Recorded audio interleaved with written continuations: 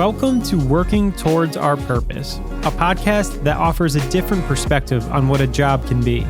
For everyone out there that's heard that voice in the back of their head asking for something more, it's time to listen to it.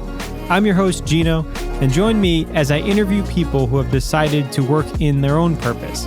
Together, we will learn, become inspired, and hopefully find our own path towards working in our purpose. Joining me today is Darnell Phifer, also known as the artist Saint Phifer. He is a unique abstract artist that transforms simple concepts into meaningful, saturated pieces that spark the consciousness. I recently saw him speak and be a part of Wabi Gallery here in New Haven. Saint Phifer, welcome to the podcast. How you doing today? Oh man, I'm well. How are you, Gino? And thanks for the introduction. Yeah, of course. I'm doing well also. Glad to have you here. So yeah, why don't we just start by you telling me a little bit about yourself in your own words and tell me a little bit about your art. So I grew up in, I was born in White Plains, New York, and I was moved to Norwalk, Connecticut when I was about 5 years old. Yeah, I mean, grew up the only child. My father passed away when I was 9 years old. My mother passed away when I was 21 years old. I have a son who's 17, who actually goes to Tabor Academy, which is a boarding school in Massachusetts. He plays football and lacrosse. I grew up playing football and sports like that, and team sports. And I just kind of like somehow art found me, or this gift found me. So I've been painting since 2018 because of my bout of depression and I'm thinking about committing suicide.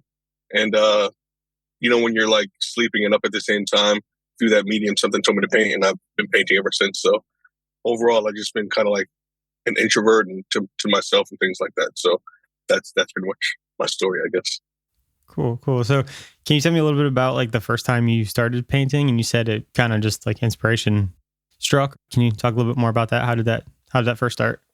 I mean, yeah. So like my son at the time, he was going into sixth grade, and we were going to enroll him at Fairfield Country Day, which is a private school. And I had no idea how I was going to pay for the tuition. So I got a second job. Got the second job. I was working like 20 hours a day, getting like 4 hours of sleep. And like I was saying before, like I was extremely depressed, thinking about suicide. But one night I just couldn't sleep. I was restless and I was up, and something told me to paint. And I was always inspired by like different artists, but I just didn't know how to do so. Like, you know, that time whenever you say like, I can do that too. I can do that too. I can do this. I can do that. But then sometimes you don't believe yourself. And for whatever reason, after I heard the word paint, I just instantly believed that I could do something. And I just started off with, my first piece was like a Martin Luther King piece, because it was coming up on his 50th anniversary of his passing on April 4th, 2018. So like, and I just started with stencils, and then I kind of like started with paper. And then it just kind of like, my curiosity slowly started to morph into different avenues. And I wanted to incorporate my mother somehow. I wanted to incorporate myself somehow. I wanted to create Black culture somehow. And just that curiosity of like, how do I infuse all these different things at one time? So my first thought was like, well, my mother's favorite color is baby blue. How do I incorporate that in my pieces? And then the second one was like, my mother, oldest of 10 kids, the day after she graduated high school, she moved to New York. She didn't know anybody, and she kind of like just built herself from the ground up.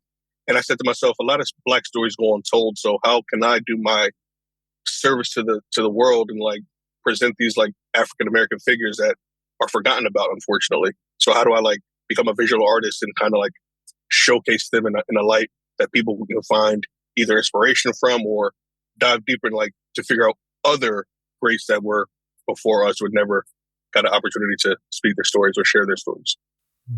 That's awesome. That's I think a really like thoughtful way to go about your art. And it seems like you put a lot of the focus of your art into your mother and maybe other people's stories. I think that's really interesting to not maybe do it from a self-centered sort of area. It seems like your mother's an important force in your life. Is that true? Absolutely. She's like the best thing aside from my son, the best thing that ever happened to me. Just the fact that she never, like growing up, she never told me that I couldn't do anything. You know, like she always told me like, never say you don't know, because of the fact that that's going to cast a great cloud over you. Right? The moment you say you don't know, the moment you stop thinking about what you can potentially do. And then it's like so many, because she wasn't a big talker. So like, in so many words now that I'm older, it's like, because the world is already going to tell you what you can't do. So you can't have doubt within yourself. Because a lot of times the world is going to tell you what you can't do. You know what I mean? So it's like, you have to love yourself enough to say, give a little bit of pushback, like, actually, I can do this and I'm going to do this. So that's kind of like the thing. Like, there's doubts, of course, but it's like, this is a lifestyle for me now. And I love this thing. And I'm glad I got this presented with this gift, and I'm like cherishing every moment and like doing my due diligence. You know what I mean? Like studying who I need to study, researching who I need to research, becoming a forever student, basically, and a knowledge seeker. So she provided that for me. Like, and again, like her like story of the fact of like, again, graduating high school, coming up here, being an operator, then working her way up to like a VP level in a corporation. So that was inspiring. And just like after my father passed away, she had to retire early to take care of me. So it's like, and then after my father passed away, I kind of like seen her like not will to live, but the fact of like, she was sad, like, because of the fact that my father passed away. And within that time frame, my aunt passed away, who was her best friend. So my aunt Bougie. So I love them both dearly. So they're definitely a huge inspiration into what I do now. Yeah, that's awesome. I'm glad that you can continue their story, even though they're no longer with us. It's cool that you can put them into the things that you're creating and then putting out into the world. I really think that's really cool. Thank you. So yeah, so you hit on something earlier when you were speaking about curiosity and being curious. I found that that's like almost like my word of the year, curious and being curious. And I found that like if you could look at things from a more curious standpoint, you can maybe see it a different way or see something that maybe you didn't see before or learn something you didn't know before. How do you use like curiosity, or how do you be more curious into like what you're doing in your art? I think like for me, I feel like I think we kind of like had a small conversation about it. Like I stopped putting my adult brain on when I'm looking at things. Because a lot of times your adult brain tells you, again, what you can't do.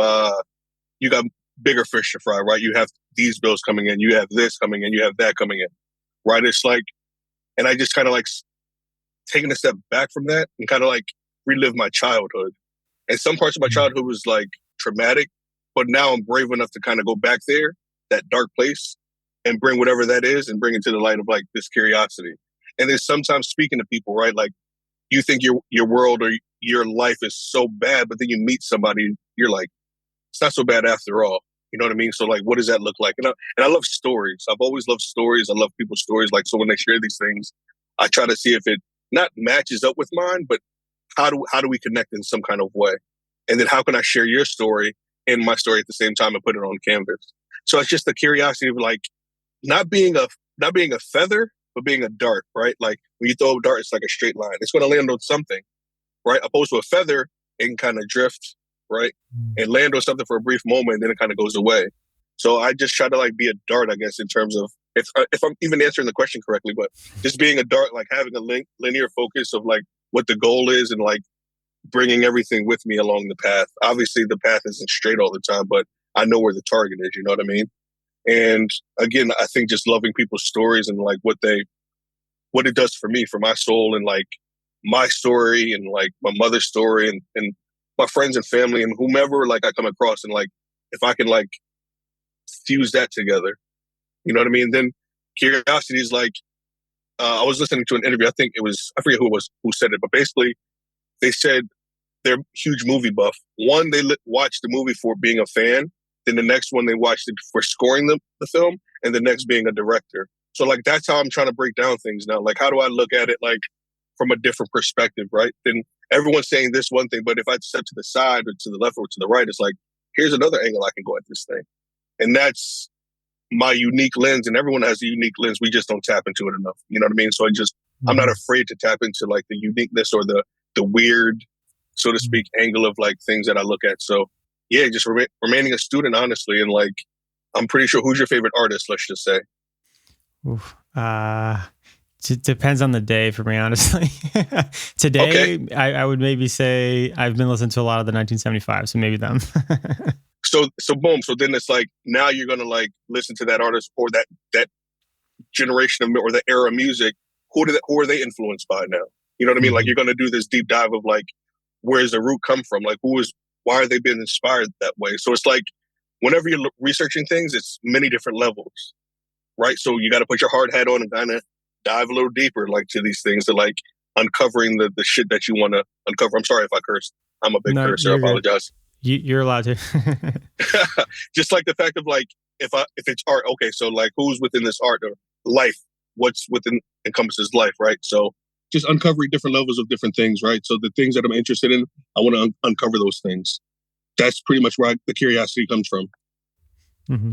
Yeah, no, I like that. I do like the analogy that you said about the dart and the feather. I actually just came across this quote that's right here on my desk the other day, and it's by Napoleon Hill, who he wrote that book, that really famous book. I can't remember the name of it. Think and Grow Rich? Yeah, that's it. Yep, Think and Grow Rich. And it says successful people make decisions quickly and firmly and change them slowly, if ever. Unsuccessful people make decisions slowly and change them often and quickly. And that, to me, that quote is exactly the dart versus the feather. So I thought that was an interesting correlation. Yeah.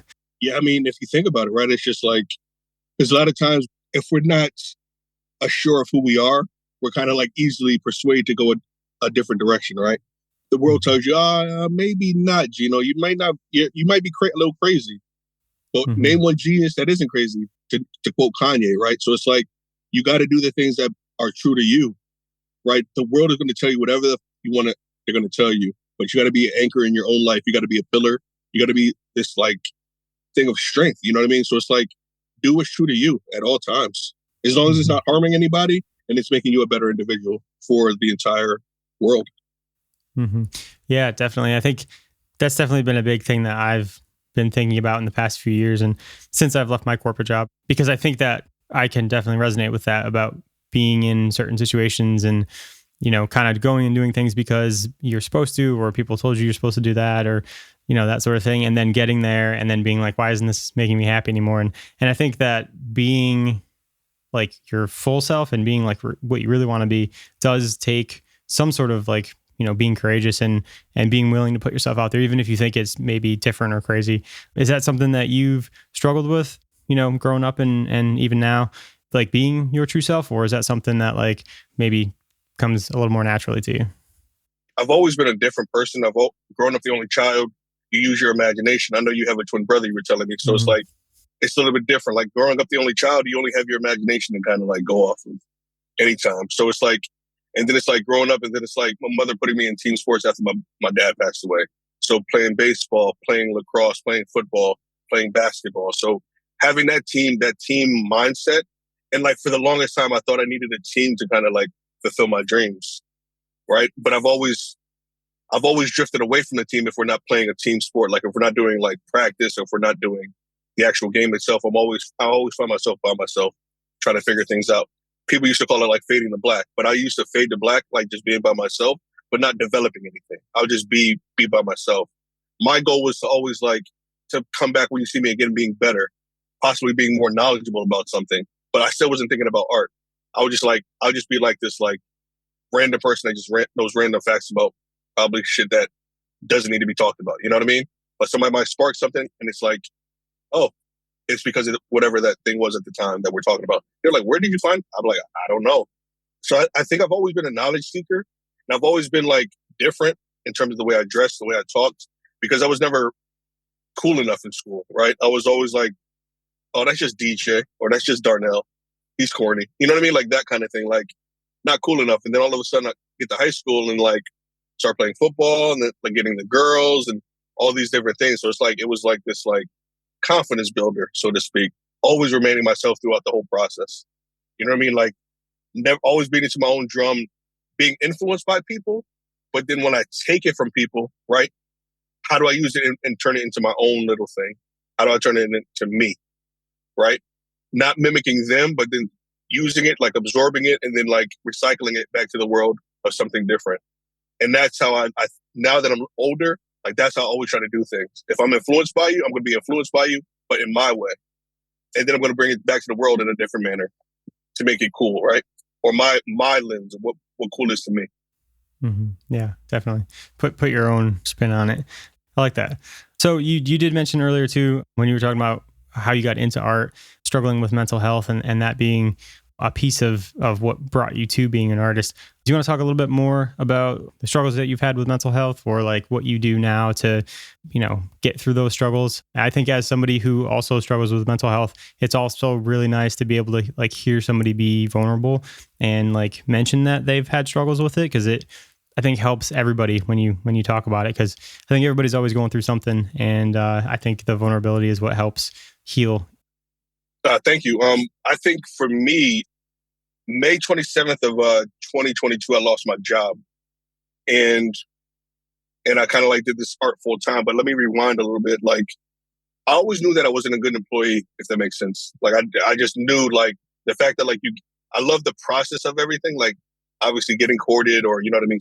Like, going through the interviewing process and then going through the, like, orientation process. And then it's like, you get into the corporate world, then it's like, oh, this is not what I kind of like imagined in my mind. Right. So it's like, and then it's like a sales job at that. So it's like, you're only as good as your last day. So today has to be better than yesterday's numbers, and so on and so forth. So it's just always this constant hustle and constant like pushing you out of your comfort zone, but in the manner of like where it was too fast for me, right? Being uncomfortable, which is a great thing to be uncomfortable. And like, that's how you grow. But how they did it, I feel like you were just a number. Like you're not Darnell Phifer. You're not DJ Phifer. You're just your employee. I was employee 37883, right? That's how the higher ups see me. But then it's like I'm working for someone else's dream, right? And then like prior to me getting I used to work at People's Bank, the last job I had. And the last job, I pray that is the last job I'll ever have, right?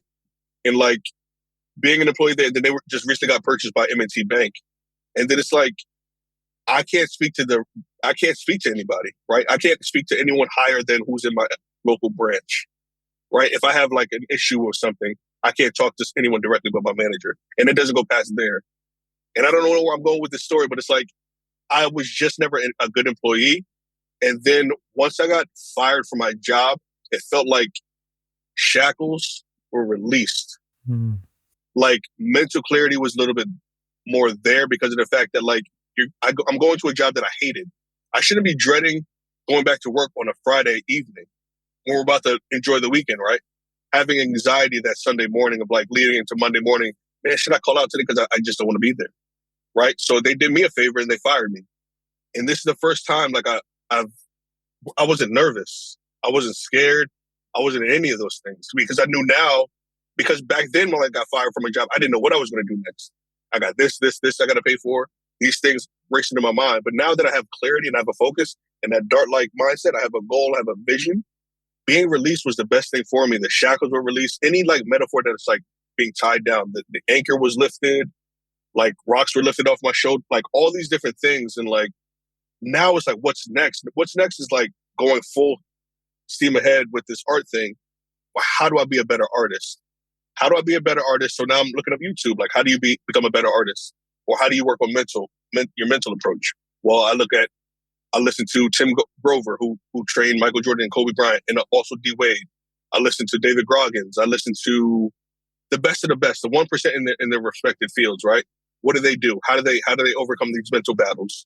Then I listen to God, right? God is giving me this gift, so I'm like paying it back to him now. Like I give him all the glory because of the fact that what he's given me, and like he's giving me these wings to soar now, and I'm not afraid. But then it's like meditation. I've started meditation about a year ago in August, and meditation at least 5 minutes a day. That's probably given me the most benefit in believing in myself, because I'm pretty sure, as you know, as a creative, as an individual, right, as a business owner, you have all these different thoughts that are going in your head at rapid pace. How do I like connect these things and connect these words and connect this situation to this one, to that one? Meditation helped me with that. Meditation helped me with the fact of like zoning in and like narrowing the things that need to be narrowed, and everything else is like filtered out, if that makes sense. So meditation, prayer, and just being in solitude sometimes. And I love driving. I love driving. Driving clears my head. It's been a thing that I've done since being an artist or being a creative, like, or finding out that I'm an artist or a creative. Just driving too, man. Long drives, maybe music blasting or audiobook blasting or podcasts, or just yourself, or listening to jazz, because jazz has no words. So now you have a little bit more clarity with that too. So all these different things, man, I'm learning in the process, and also time blocking and time scheduling helps me too. So I allot myself some time for like self-care, right? I just have to get better at like working out, but that's something that I'm adding next to the list of like mental clarity and also physical clarity. Mm-hmm. Yeah, I definitely agree with you there as far as like quieting the noise so then you could figure out what yourself is trying to tell you or you're listening to your own thoughts or intuition. I think a lot of times I find myself, especially even when it comes to like business, like, somebody's coming to you and saying, hey, do you do this thing? And it's like, well, I don't really do that thing, but I guess if you're going to pay me, I guess maybe I'll do that thing if it makes sense. But now specifically, I'm realizing that like, I think I almost have to learn to say no to some things just so that I can go and do the things that I'm believing in. And just like you said, the dart. And that's why I keep going back to the dart and the feather thing, because it's like, yeah, I could float to this thing, they'll pay me. Then I'll float to this other different thing and they'll pay me. But I don't have any like clarity on what I'm doing because I'm confusing myself along the way. And that's been like a huge learning process for me. And I think not saying that you do like everything, you know what I mean? Like, oh, I do everything that relates to podcasting. That doesn't really help me because it's not focused, right? And if you're focused, you can then figure out how to do that one thing or how to get there. Whereas if you're trying to do 10 different things at once, it's like harder to do that. So I don't know. I think quieting your mind and then figuring out what it is that you want to do is certainly like a helpful thing. I've tried to meditate for a long time and I don't know, maybe I don't prioritize it or I don't maybe do it the right way. I don't know. Like what would you say to somebody who like doesn't meditate or they don't know how to meditate? Like what is meditation to you? Is it just sitting by yourself and being quiet, or do you listen to like a guided meditation? How do you do it?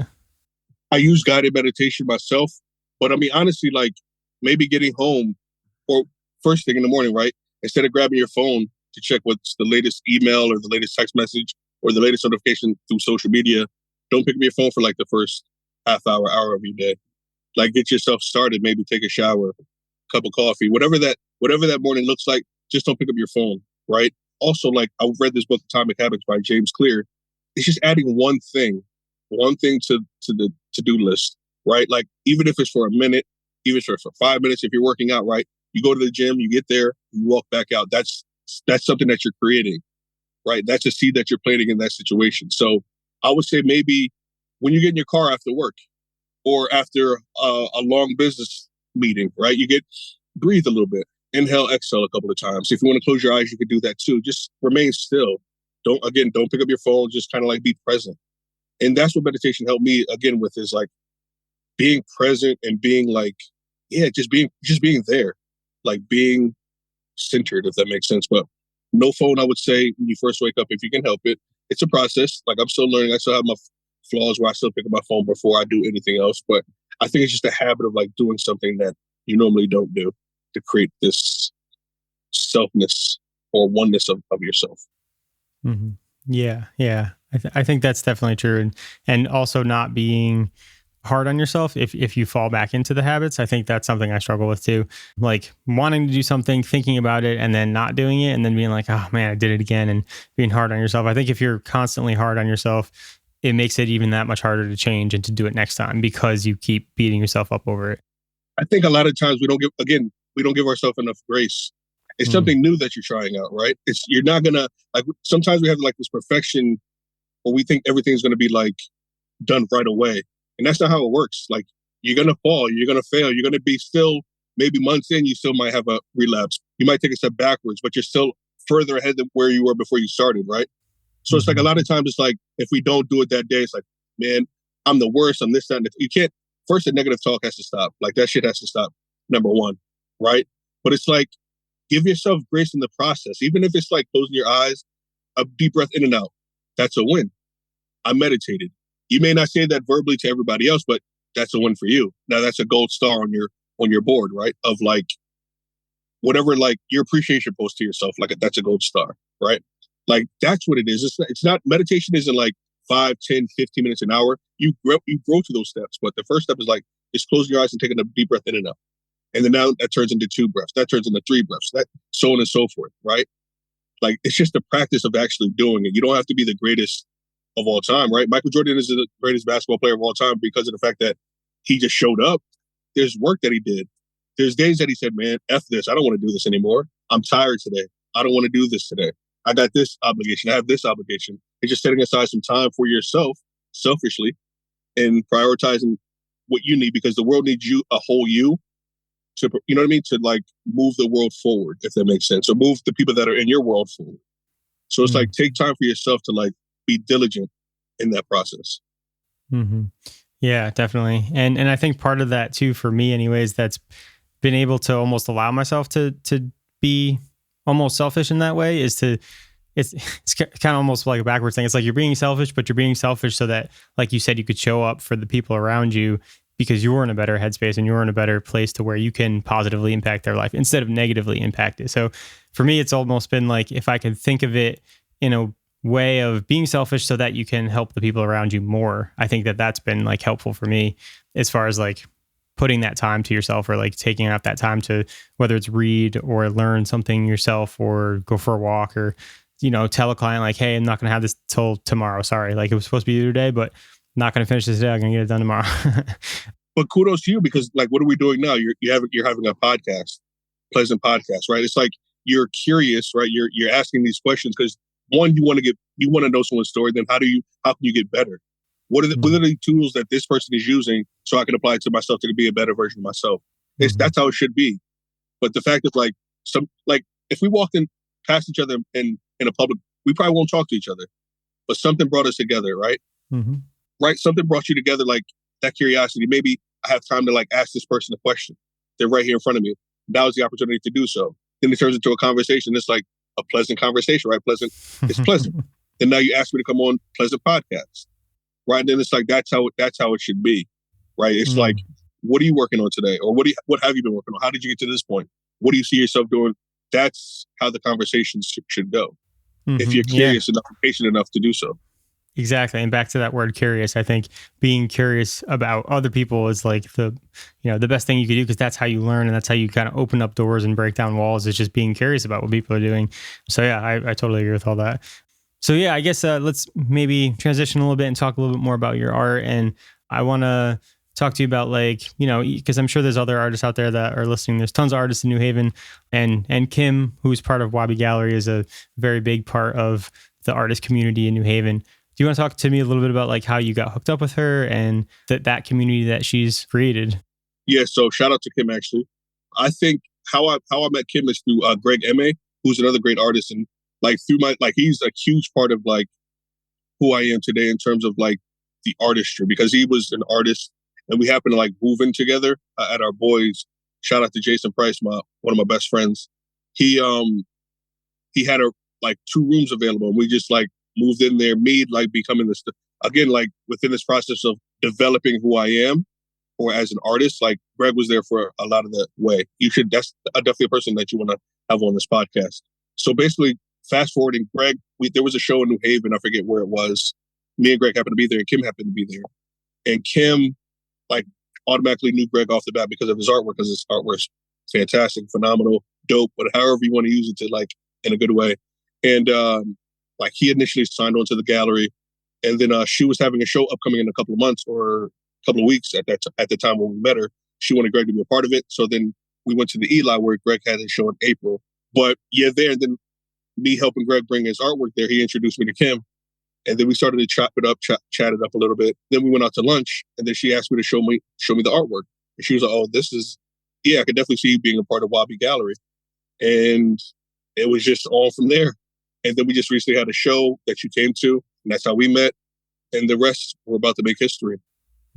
Nice. That's awesome.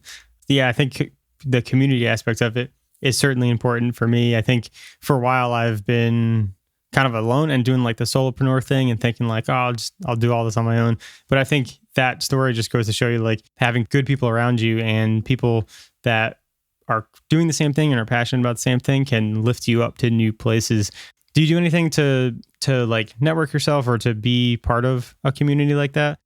I'm doing more of it now because I was such like an introvert and like really like I would say a private person. So I was always like nervous to talk to people. And I didn't like the way the word networking sounded. I feel like you have to put yourself in a box to be this thing and present a different way, right? When I think of networking, like with art, I don't consider it networking, right? You're a fan of someone else's work. You're asking them a question, right? And now you're building conversation. So I like having conversations. If that's considered networking, then yeah, I like networking. I'm just interested in going back to like stories and like man, how did you do this? What were you thinking here? Like, and then I nerd out basically. And that's what it comes from, just nerding out and being a fan of like whose ever artwork is there at the time. And they're willing to like take a couple minutes with me to ask, like, as I ask questions and they answer those for me. And that's where it is. And we have a little bit more than that. Then it's like, that's perfect. That's networking to me. It's just through conversation and just being naturally yourself. In those other settings, I felt like I had to portray this other thing, right? If it was like working in the bank, like you go into a networking event, you're there for someone else's agenda and not yours. So I felt like I wasn't fully authentic to that, right? Something that now that I'm comfortable with is like, I'm being totally myself. Oh man, and there's like other like-minded individuals here. Oh, this is cool. Who can I like conjure up a conversation with today? If that makes sense. Yeah, no, it definitely makes sense, especially for me coming from like a corporate world too. I think I went to, I've been to like corporate networking events and they just seemed pointless to me because it was like, I didn't want to be here. Like, I don't know why I'm here. So I think I also had kind of the struggle with the word networking. But then once you figure out, to me, it's more like I'll kind of assimilate it more to like going to a concert. I remember the first time I went to a concert, I was like, I've never been to one before. Like, I didn't know what to expect. I get there and like we all liked the same artist because like we were there for that artist, right? So it was like immediately everybody's friends because it's like we have all this stuff in common. So now, like when I go to like local like New Haven entrepreneur networking events, it's like, oh, we're all doing the same thing. Like we all have similar experiences and like struggling with similar stuff. So yeah, I think the word networking is a little harsh. Maybe we got to come up with a new word for that. Exactly. But yeah, and then going back to like something you're saying too, as far as like being curious about people when you meet them and like supporting them really. I have a friend, Josh, who he does a really good job at like supporting all of his friends. And no matter what it is, like he's always like shouting somebody out or like talking about somebody, or he has a friend who builds guitars, like, friends that do all kinds of different things, filmmaker. And then when he goes to put something on, the amount of people that show up for him is like enormous. And it's because he's been showing up for everybody around him the whole time before that.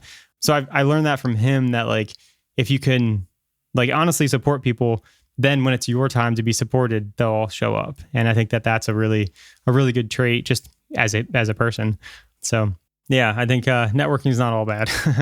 It's not all bad. I just, like you said, we got to change the word networking, because I feel like in a corporate structure that works, but then like in this structure that we're doing now, it's just community, right? It's just community building. You know what I mean? Maybe that could be a thing. Yeah, I like that a lot better. Community building. So can you talk to me a little bit about like what success means to you? Because I think everybody kind of has a different definition of success. And in the corporate mindset, I think there's like one definition of success. And it's just like to climb the ladder to make the most money or whatever. But what does success mean to you nowadays? Being the best version of myself at all times, being present, and also being there for my son whenever he needs me. So it's like, that's what success is to me, and just continue to do what I'm doing art every day. Like being the best version of myself possible, right? Not being the afraid person, not being the timid person, not being the person that's like intimidated, afraid to speak up. Like my voice needs to be heard, and I have a voice and I have a platform to do that now. So it's like just being heard and just being the best version of myself, and just like meeting good people, right? That support you and that want to see the best for you, and using resources together to get to the next level, right? So that's what success is to me. I never did it for money. I don't do it for money. I do it to get my artwork out there, and it's mainly for me. But if someone else likes it, that's a plus. That's a win. But it's just therapy for me. So I'll do this for the rest of my life. But art is success to me. What I'm doing now is success. I love that. I think there's definitely something to be said about when you're doing something for yourself and then other people like catch on and they like it, versus doing something just for like an end goal. And I think that's something that I struggle with, especially for like being a business, right? Because it needs to be profitable to some extent, right? You need to make some money. But if you're doing the thing that you want to be doing just for the money, then you get skewed. And I've been constantly like pivoting and shifting because I figured out that I was doing that. I'm like, wait a minute, I don't even want to be doing this. Why am I doing this? Just chasing the paycheck. The same thing as being in a corporate job. So I think that's something to always be thinking about. And just like you said, having the time to like spend with your son and to spend with the people that you care about. I value that way more than, making money. And I think that's not a lot of times in American culture. I think that's really a thing that's valued. Yeah, that time thing that's been zapped away from us for a very long time now, unfortunately. So that's why one of the pieces of time is the only luxury, right? Like it's valuable, it's precious. Like when you have kids or you have a father that was your superhero, or your mother that was a superhero at one point, then they get older, you know what I mean? Then they like start to slow down a little bit, those kind of things. It's like, damn, where did time go? You know? Like, you know what I mean? Like an old friend that you might have caught up in high school, but sometimes they see the old you and not the new version of yourself because time has passed, right? There's like so many different levels of like this thing of time that we need. And it's like you have to be cautious of who you give your time to because it could be time wasted or time added or a value time, right? So it's like you got to be like understanding of that too. And going back to what you said earlier, learning to say no. If it doesn't build you or grow you, you got to kind of say no to that and standing firm in that and not feeling guilty once you say no and then like, damn, I should have. Nah, it's no for a reason because you have bigger fish to fry. Mm-hmm. You know what I mean? Right. So you have a next level to go to. It's like, this might hinder that because then I might like fulfillment in this for, you know what I mean? Like, nah, I'm sticking to my guns. This is what it is. Mm-hmm. Yeah, you only have so much energy, and if you're putting it into something you don't really want to be doing, then you're taking it away from somewhere else that you actually want it to be. So yeah, I 100% agree with that. So as we're coming to the the end of our time here, I did want to ask you what's next for you, and how can people support you and check out your art and find out more about you. What's next is still creating dope shit. That's pretty much the main thing. That I create that every day. What's next though? I don't have any art shows planned up or lined up right now. We're trying to work on a group show. Me and a couple of fellow artists. We're trying to do that possibly in the summer, around the summertime. I mean, then I'm mainly on Instagram. Really, it's Saint Phifer, SaintPhifer. And that's it, man. I'm just doing dope shit and hanging out with my son. Awesome. Well, I'll link the Instagram in the show notes so people can find you and check out your art. And thank you so much for coming on today. I appreciate your time. And I just want to say thank you to you, Gino, man. Fantastic job with this podcast. I mean, we just kind of like had this like dope conversation. I just want to say thank you very much for bringing me on here or wanting to have me on here, man. It's been an enjoyable conversation, man. And hopefully we can do more of these and see you in a couple of art shows in the future. And however I can support you, I'm here, man. Thank you. I appreciate that. No doubt, man. Thanks for tuning in and listening to Working Towards Our Purpose. If you like this episode, please share it with a friend, and don't forget to subscribe for more episodes.